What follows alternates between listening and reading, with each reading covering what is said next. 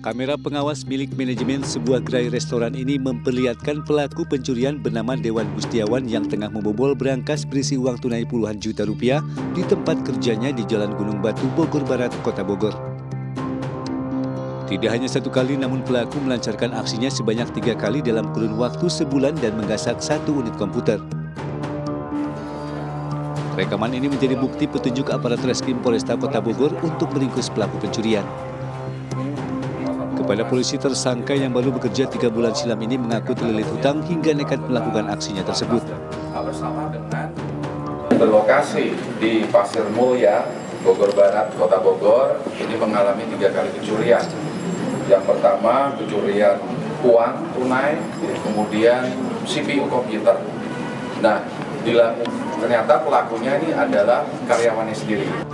Dari tangan tersangka, petugas pun mengamankan sejumlah barang bukti seperti pisau dan CPU komputer.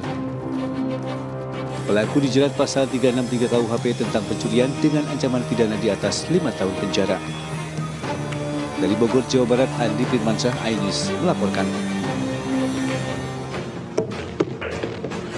Aksi penipuan di warung usaha ayam goreng siap saji di Jalan Nangka, Turekale, Kabupaten Maros, Sulawesi Selatan terekam CCTV. 2 pelaku sepasang suami istri ini meminta untuk isi ulang saldo di akun dompet digital miliknya kepada karyawan ayam goreng siap saji dengan nominal 1,5 juta rupiah. Setelah saldo terisi, pelaku kemudian berpura-pura meminta izin untuk mengambil uang tunai yang tersimpan di bawah jok motor. Karyawan warung juga sempat menaruh curiga saat sang istri ikut bersama suaminya mengambil uang lalu berusaha mengikuti pelaku. Meski sempat dikejar, pelaku berhasil kabur dengan mengendarai sepeda motornya. Ironisnya, kedua pelaku juga sengaja mengajak anak balitanya agar tidak dicurigai saat melancarkan aksinya. Tapi saya lihat di video CCTV itu sempat dikejar juga ya, Bu? Iya, dikejar karena kan ini anak-anak mulai curiga karena masa mau pergi ambil uang ikut juga istrinya. Sampai bisa kabur gimana, Bu? Nah dorong ini anak-anak. Oh, dorong itu karyawan tahu, Bu? Iya, didorong. Iya, didorong. Akibat kejadian ini, korban pun mengalami kerugian 1,5 juta rupiah dari transaksi top-up saldo tersebut. Korban pun telah melaporkan kejadian yang dialaminya ke kantor kepolisian sektor Turekale dan berharap pelaku segera ditangkap. Dari Kabupaten Maros,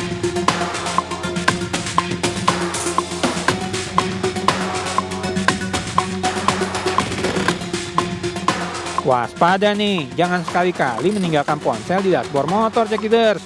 Kurir jasa pengiriman ini mengalami nasib apes. Ponselnya yang tertinggal di dashboard motor jadi sasaran empuk bagi pelaku pencurian.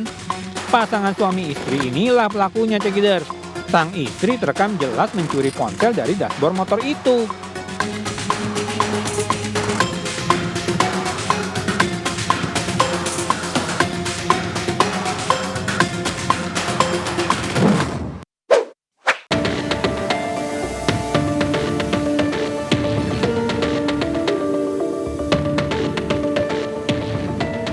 Lengah dikit aja, pemilik warung jadi rugi gara-gara ulah si maling ini, cekiders. Modusnya sih jadi pembeli, tapi endingnya malah melancarkan aksi mencurian. Kantong plastik digunakan si maling ini untuk menyembunyikan kotak amal sekaligus menggotong tabung gas, cekiders. Dah bang maling, udah capek-capek usaha malah diembat, aduh.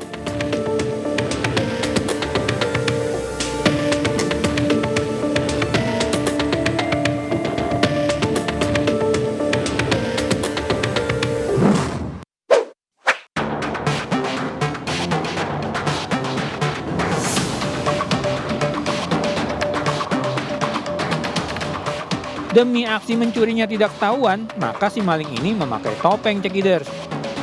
Si maling terlihat leluasa menggasak barang dagangan di toko mainan anak-anak. Tapi sayangnya topeng ini nggak berguna di mata polisi, cekiders. Si maling yang terkenal sebagai pencuri bertopeng akhirnya menyerah di tangan polisi. Dari hasil penangkapan, polisi berhasil mengamankan sejumlah uang dan 2 ponsel. Tuh kan, Ling, percuma ente pakai topeng segala. Ujung-ujungnya kena tangkap juga.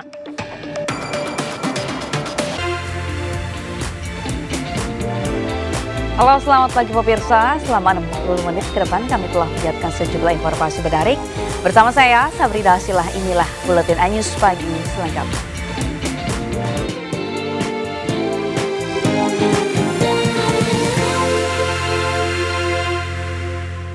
Pemirsa, seorang karyawan gerai restoran ditangkap polisi usai membobol brankas tempat kerjanya di Pasir Mulia, Kota Bogor, Jawa Barat. Pelaku melancarkan aksinya sebanyak 3 kali dan berhasil membawa uang tunai hingga puluhan juta rupiah hingga CPU komputer.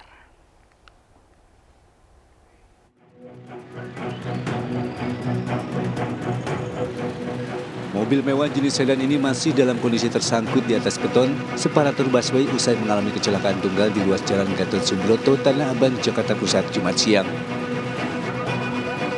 Kerasnya benturan membuat bagian depan dan kabin bawah mobil rusak parah.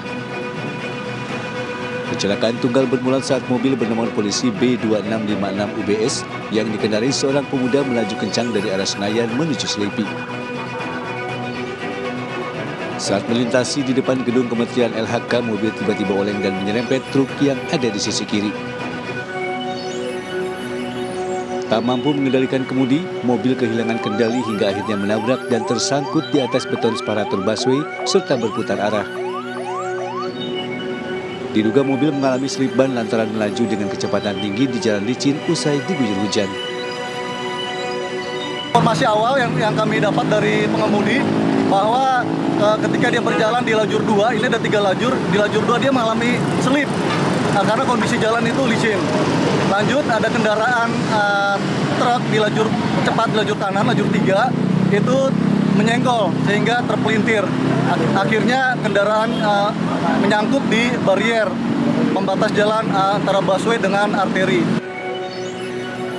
Petugas unit laka Polda Metro Jaya yang tiba di lokasi langsung mengevakuasi sedan mewah tersebut menggunakan mobil derek. Meski sang pengemudi selamat dari maut, namun akibat kecelakaan tersebut Jalan Gatot Subroto yang mengarah dari Senayan ke perempatan Selipi mengalami kemacetan yang cukup parah. Usai video penganiayaan seorang karyawan toko beredar luas di media sosial, petugas Polsek Denpasar Barat berhasil menangkap pelaku. Aksi tersebut dilakukan lantaran tersinggung dengan candaan korban saat berbelanja di lokasi kejadian.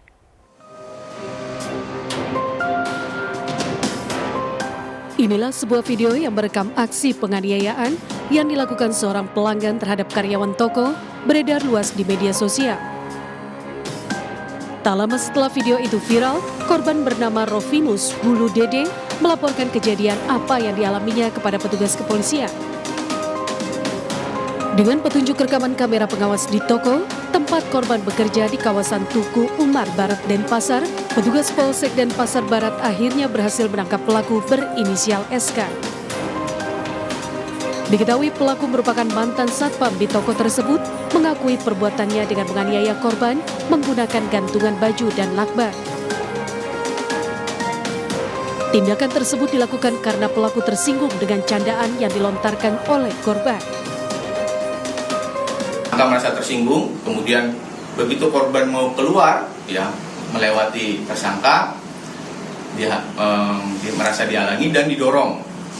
Korban didorong oleh tersangka, kemudian dia ngambil anger akrilik di etalase, dilemparkan kepada korban, mengenai tangan kiri sehingga luka. Pelaku harus mempertanggungjawabkan perbuatannya dan terancam mendekam di penjara selama 2 tahun 8 bulan sesuai dengan pasal 351 KUHP tentang penganiayaan. Dari Denpasar, Bali, Indira Ari, iNews melaporkan. Kapolres Pelabuhan Belawan bersama personil Polsek Medan baru menangkap seorang pria yang melakukan percobaan pembunuhan terhadap kerabatnya sendiri di Jalan Sikambing, Medan, Sumatera Utara. Pelaku berhasil ditangkap saat mencoba kabur melalui lantai 3 atap rumah.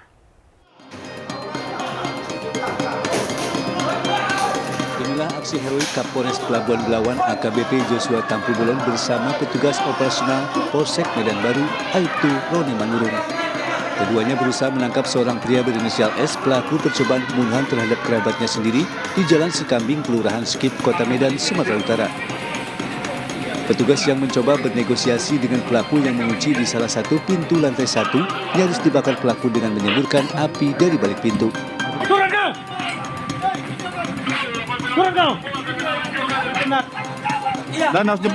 Pelaku yang merupakan mantan kakak ipar korban juga sempat membakar sofa serta perabotan lainnya yang berada di lantai 2 untuk kabur.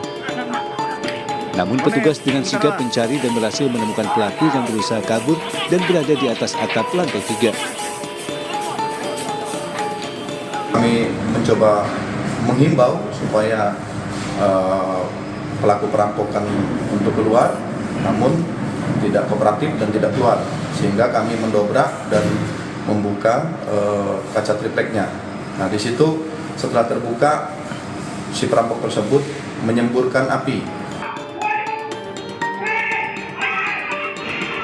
Dari tangan pelaku, petugas berhasil mengamankan 1 bilah senjata tajam berupa parang, serta menangkap seorang rekan pelaku lainnya yang bersembunyi tak jauh dari lokasi kejadian. Sementara seorang rekan lainnya berhasil kabur. Sebelumnya pada hari Minggu lalu, warga di Jalan Sikambing Medan digegerkan dengan aksi percobaan pembunuhan terhadap satu keluarga di sebuah rumah makan. Dari Medan, Sumatera Utara, Yuda Bahar, iNews melaporkan. Seorang emak-emak nekat mencuri 2 dus tepung meski ada pemilik toko yang berjaga.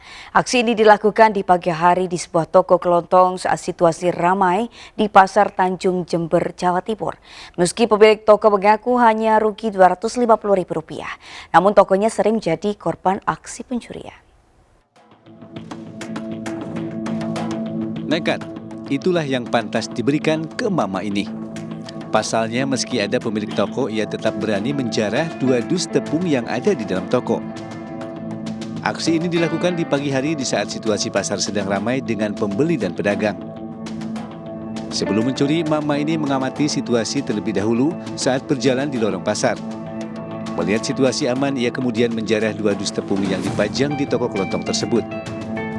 Padahal saat itu ada seorang pemilik toko yang berada di dalam yang sedang membereskan barang-barang dagangannya.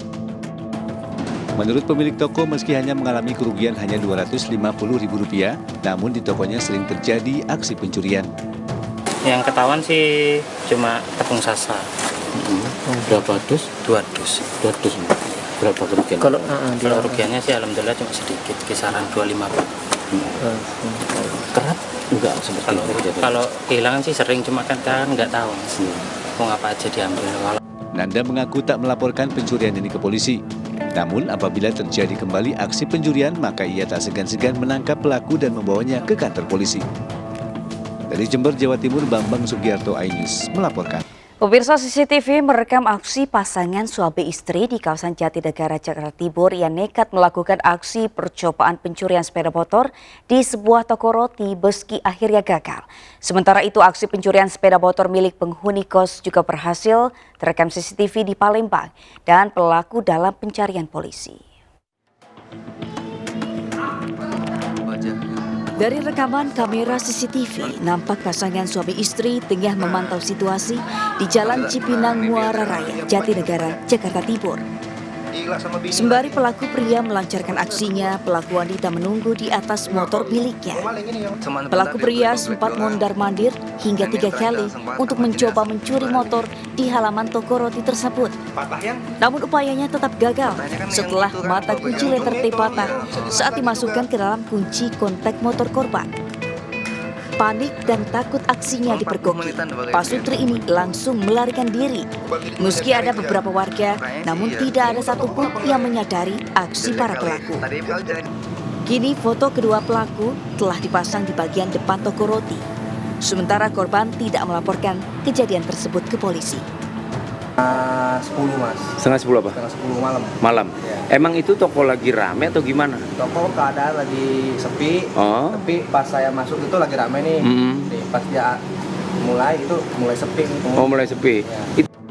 Inilah detik-detik aksi pelaku pencurian sepeda motor yang terekam kamera pengawas CCTV milik salah satu kosan di Jalan Raya 7, Kelurahan 16 Ulu, Kecamatan Seberang Ulu 2, Palembang. Pelaku yang sendirian mengangkat sepeda motor milik korban bernama Sarmela, 23 tahun, yang merupakan salah satu penghuni kosan.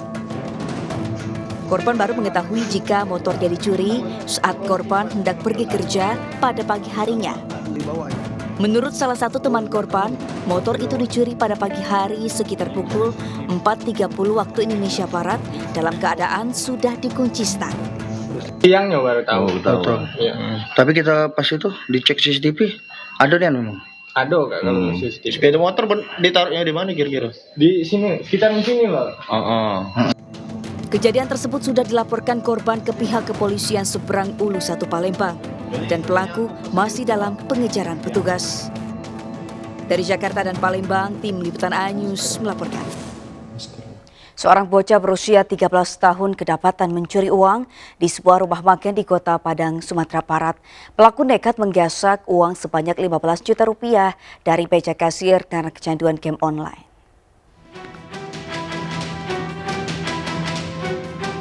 Dalam rekaman CCTV tampak pelaku yang masih di bawah umur ini memasuki rumah makan di daerah Katip Sulaiman, Padang Utara. Pelaku kemudian mengambil uang dari laci meja kasir sebanyak 15 juta rupiah. Berbekal rekaman CCTV, tim aligator dari Polsek Padang Utara bergerak cepat dan mengamankan bocah berusia 13 tahun ini. Berdasarkan catatan kepolisian, pelaku sebelumnya pernah berurusan dengan hukum karena terlibat tawuran. Pelaku diamankan saat berusaha melarikan diri ke Kabupaten Tanah Datar, Sumatera Barat.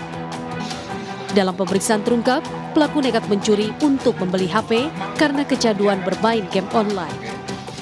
Telah melakukan penangkapan terhadap satu anak di bawah umur yang diduga melakukan pencurian. Adapun kerugian yang ditanggung oleh korban sekitar 15 juta. Sempat korban ini melarikan diri ke daerah Kabupaten Tanah Datar dan berhasil kami amankan.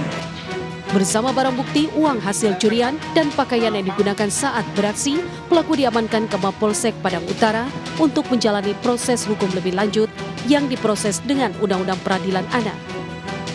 Dari Padang, Sumatera Barat, Budi Sunandar, iNews. Seorang warga Kosambi, Kabupaten Tangerang, Banten dikejutkan dengan penemuan ular piton dengan 8 ekor anak ular saat memperbaiki lantai teras rumah. Induk ular yang agresif menyulitkan petugas damkar saat melakukan evakuasi. Petugas pemadam kebakaran dalam peralatan khusus berupaya mengevakuasi ular piton yang bersarang di lantai teras rumah warga. Tidak mudah menangkap ular dengan panjang 3 meter tersebut karena ular bersifat agresif hingga membuat petugas kesulitan menangkapnya. Setelah hampir setengah jam, akhirnya ular piton yang mempunyai bobot 20 kg berhasil dijinakkan petugas. Tidak hanya itu, petugas juga menemukan 8 ekor anak ular piton. Penemuan induk dan anak ular piton berawal saat pemilik rumah memperbaiki lantai teras rumahnya. Ketika keramik dibongkar, muncul induk ular piton dan pemilik rumah pun segera menghubungi petugas damkar. Petugas dapat laporan dari petugas Satpol PP di Kecamatan Kosambi datang ke pos damkar bahwa ada ular di rumah warga ketika warga mau memperbaiki teras rumahnya. Kemudian petugas meluncur ke lokasi, ternyata benar setelah dibongkar di bawah teras itu ada ular sanca dan juga sedang beranak ular. Setelah ditangkap, 8 anak ular piton bersama induknya akan diserahkan ke BKSDA Jakarta. Dari Kabupaten Tangerang, Banten, Aimarani, iNews melaporkan. Pemirsa, kasus tewasnya artis film Nani Darham yang diduga akibat malapraktik masih dalam pengusutan Polres Jakarta Selatan. Nani Darham meninggal saat menjalani operasi sedot lemak di sebuah klinik kecantikan. Dugaan malpraktik yang menjadi penyebab meninggalnya artis Nani Darham disampaikan kakak korban di Mapolres Jakarta Selatan. Kakak kandung korban datang memenuhi panggilan polisi untuk memberikan keterangan sebagai saksi sekaligus menyerahkan rekam medis dari korban yang menyatakan Nani Darham dalam keadaan sehat sebelum tindakan operasi sedot lemak dilakukan. Kejadian bermula pada bulan Oktober, bintang film air terjun pengantin itu berkonsultasi di salah satu klinik kecantikan di kawasan Cipete, Jakarta Selatan. Dokter DM di klinik tersebut menyanggupi melaksanakan operasi sedot lemak. Padahal artis kelahiran tahun 1986 itu baru 2 bulan melahirkan dan dokter kandungan menyarankan menunggu minimal 6 bulan sebelum melakukan operasi sedot lemak. Namun dokter klinik memastikan operasi aman untuk dilakukan. Operasi dengan biaya 300 juta rupiah dilakukan pada 21 Oktober lalu. Saat dioperasi, tiba-tiba kondisi Nani tidak stabil hingga dirujuk ke Rumah Sakit Dr. Suyoto Bintaro. Informasi yang diterima keluarga, Nani sudah meninggal dunia saat tiba di rumah sakit. Confirm mau liposuction, oh gimana, aman, lebih seperti itu saja. Jadi saya tidak tahu kalau ada penambahan proses yang terjadi di tanggal 21. Saya tidak tahu ada penambahan dari 2 jam ke 5 jam. Itu yang sangat saya sayangkan. Kenapa pihak keluarga dibuat tidak mengetahui in the dark ya, dalam artian sampai akhirnya terjadi kemalangan ini. Dalam kasus ini, polisi telah memeriksa 11 saksi dari pihak klinik, diantaranya dokter yang menangani dan perawat. Selain itu juga, polisi juga telah melakukan olah TKP dan mengumpulkan alat bukti rekaman CCTV dan beberapa dokumen. Maka semua itu, fakta-fakta itu, informasi-informasi tersebut nantinya akan kami koordinasikan terkait dengan pemeriksaan kami terhadap ahli. Demikian. Yang dilaporkan berarti pihak klinik ya Pak? Pihak klinik. Ya, dari yang dilaporkan adalah pihak klinik yang melakukan operasi tersebut. Saat ini polisi masih memeriksa hasil otopsi jasad korban di Rumah Sakit Polri Kramat Jati. Tim Liputan iNews melaporkan. Penyidik Polda Metro Jaya mengirim surat cekal ke Ditjen Imigrasi Kemenkumham pasca penetapan Firly Bahuri sebagai tersangka dugaan pemerasan. Sementara Kementerian Sekretaris Negara sedang menyiapkan kepres pemberhentian sementara Firly Bahuri dari KPK.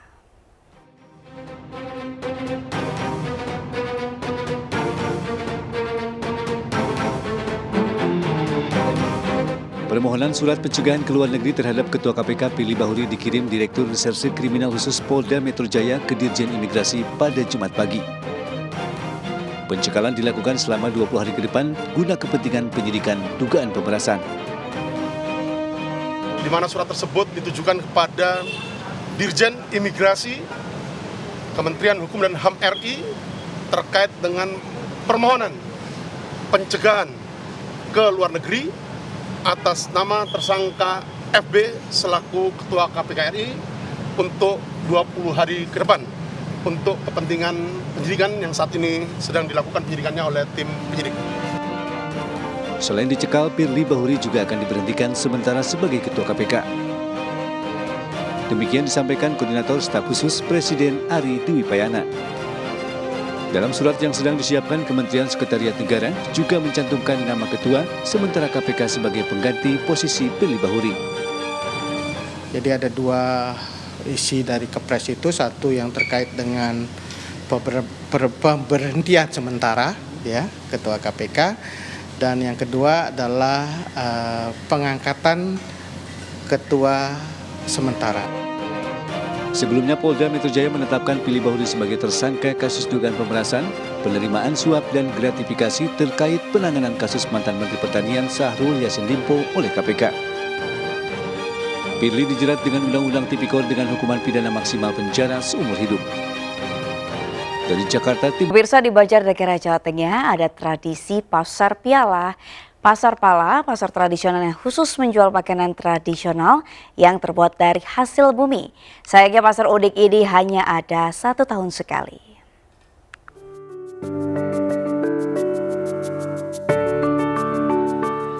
Sekilas, pasar ini tidak berbeda dengan pasar pada umumnya. Tapi jika diamati dengan seksama, semua barang yang dijual di sini adalah olahan makanan yang terbuat dari hasil bumi. Ya, inilah tradisi pasar pala tahunan yang digelar di Desa Kalilunjar, Banjarnegara, Jawa Tengah. Uniknya, untuk bisa berbelanja di pasar ini, pengunjung harus menukarkan uang rupiah dengan koin kayu tradisional sebagai alat jual beli. Setelah ditukar, pengunjung bisa memilih aneka jajanan dan kuliner tradisional yang terbuat dari aneka hasil bumi berupa pala pendem atau hasil bumi yang berasal dari dalam tanah dan pala gantung atau hasil bumi yang tergantung. Makanan tempo dulu yang saat ini mulai jarang ditemukan pun tersaji lengkap di sini. Mulai dari jenil, mata roda, nogosari, aneka getuk hingga klepon. Pengunjung yang datang ke Pasar Pala serasa berbelanja di pasar era tahun 70-an. Ya, Mbak. Konsep pasar pala ini seperti apa, Mbak? Menurut saya konsepnya menarik sih ya, unik. Soalnya kan kita belinya nuker uang koin dulu ya. Terus juga makanannya tradisional semua, tanpa pengawet. Enak-enak juga sih. Oh ya, di pasar pala ini kebetulan ya kita jualan dari hasil panen bumi. Ya, semua berbahan dari hasil panen bumi, ada singkong, busil, dan lain sebagainya. Tradisi pasar pala ini hanya dilakukan sekali dalam setahun, berbarengan dengan hari ulang tahun desa. Selain untuk menjaga silaturahmi antar warga, juga mengangkat UMKM dan makanan khas desa agar lebih berkembang. Dari Banjarnegara, Jawa Tengah, Elis Novit, iNews. Pemirsa, KRI Dr. Rajiman Wedyo Diningrat 992, kapal bantu rumah sakit milik TNI Angkatan Laut yang akan melakukan misi kemanusiaan di perairan Gaza, Palestina, tengah direnovasi dengan dicat putih sepenuhnya. Hal itu dilakukan untuk membedakan kapal misi kemanusiaan dan kapal perang. Lalu sebenarnya seperti apa spesifikasi dan fasilitas di kapal tersebut? Berikut informasinya. Beginilah suasana KRI Dr. Rajiman Wedyo Diningrat 992, kapal bantu rumah sakit milik TNI Angkatan Laut yang akan segera melakukan misi kemanusiaan di perairan Gaza, Palestina. Kapal ini tengah menjalani proses pengecatan dan optimalisasi performa kapal di PT PAL Surabaya, Jawa Timur. Seluruh lambung kapal KRI Dr. Rajiman ini dicat warna putih sebagai pembeda kapal perang dengan kapal rumah sakit untuk misi sosial. Selain itu juga dilakukan optimalisasi teknik perbaikan kemudi serta baling-baling untuk menambah performa kapal. Untuk pengecatan kapal dari abu-abu menjadi warna putih. Jadi memang sesuai dengan hukum humaniter internasional, maka rumah sakit dan juga fasilitas kesehatan itu diberikan warna putih untuk dijadikan pembeda bagi kapal dengan kapal perang biasa.